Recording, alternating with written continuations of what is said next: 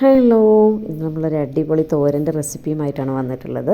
വളരെ ടേസ്റ്റിയും വ്യത്യസ്തവും അതുപോലെ തന്നെ ഹെൽത്തിയുമായിട്ടുള്ള മുരിങ്ങയ്ക്കായ മുട്ടത്തോരൻ ആണ് നമ്മളിവിടെ തയ്യാറാക്കുന്നത്.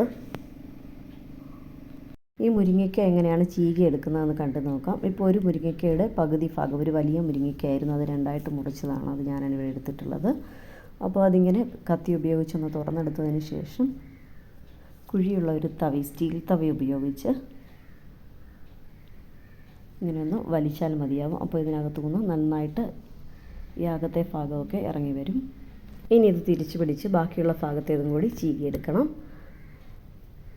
ഇങ്ങനെ നന്നായിട്ട് തന്നെ മുരിങ്ങയ്ക്കയുടെ ഈ ഭാഗമെല്ലാം നമുക്ക് കിട്ടുന്നതാണ്. നന്നായിട്ട് ചീകിയെടുത്താൽ മതിയാവും.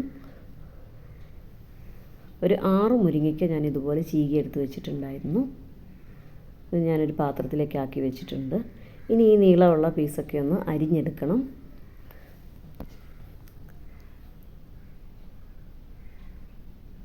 ഇതുപോലെ ഒന്ന് അരിഞ്ഞെടുക്കാം.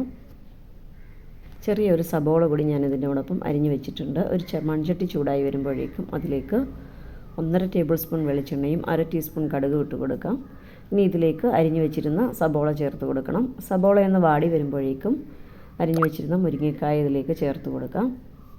ആവശ്യമായ ഉപ്പും കൂടി ഇതിലേക്ക് ചേർത്ത് കൊടുക്കണം. ഇനി ഇതൊന്ന് ഇളക്കിയതിന് ശേഷം അടച്ചു വെച്ച് വേകാനായിട്ട് വെക്കാം.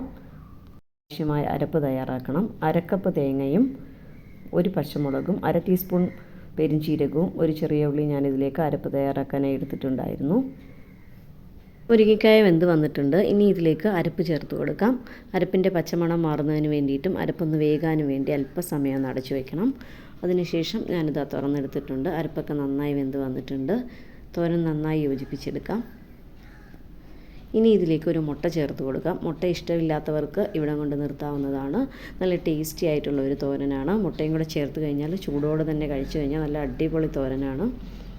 ഈ മുട്ട ചേർത്ത് അല്പസമയം ഒന്ന് വേകാനായിട്ട് വെക്കണം. മുട്ട ചേർത്ത ഉടനെ തന്നെ ഇളക്കാൻ പാടില്ല. അത് ഇത്രയൊന്ന് വെന്ത് വരുമ്പോഴേക്കും ഇനി ഇത് ഇളക്കി ചേർക്കാം. ലോ ഫ്ലെയിമിൽ വെച്ചിട്ട് വേണം നമ്മൾ ഈ സമയം കുക്ക് ചെയ്യാനായിട്ട്. നല്ല ടേസ്റ്റി ആയിട്ടുള്ള തോരൻ ഇവിടെ റെഡി ആയിട്ടുണ്ട്. നിങ്ങളിതൊന്ന് ട്രൈ ചെയ്ത് നോക്കുക. വീഡിയോ ഇഷ്ടമായി ലൈക്ക് ചെയ്യുക, ഷെയർ ചെയ്യുക. Thanks for watching.